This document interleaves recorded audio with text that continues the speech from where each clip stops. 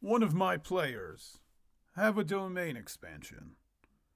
Yeah, I'm sure that seems strange, though if you clicked on this video, you probably know what a domain expansion is. But if not, it is the ultimate use of a curse technique. The epitome of Jujutsu Sorcerer and Jujutsu Kaisen has when they release their full brunt of their cursed energy. In D&D, however, it's the spell Mental Prison. In my ongoing campaign, Simval, the party's wizard is level 11, so she has access to 6 level spells. And, well, Mental Prison was her choice.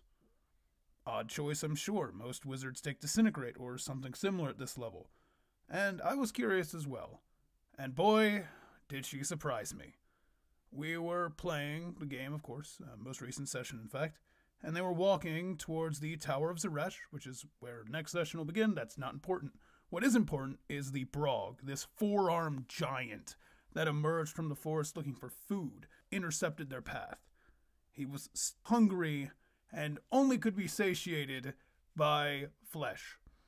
The party fighter, being a giant knight fighter, blew himself up and increased in size, though still smaller than the Brog, and tried an intimidation check.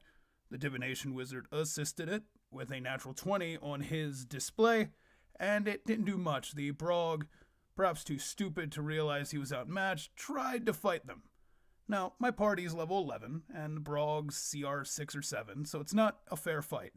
But boy, was it not a fair fight.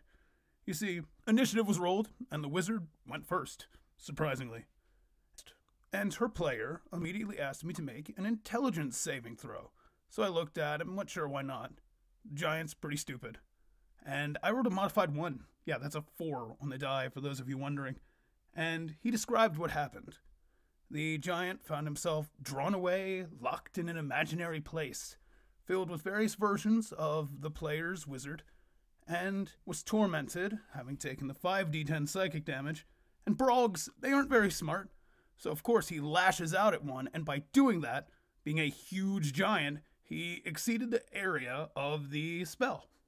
And he took 10d10 additional psychic damage. Okay? On one attack, he took his entire HP. It was fascinating. And just the description as this giant, who a mere moment prior was ready to eat them, falls to the ground dead, was priceless at the table. It was amazing. Which is why I endorse high-level D&D. You never know what your players might pull out of the bag.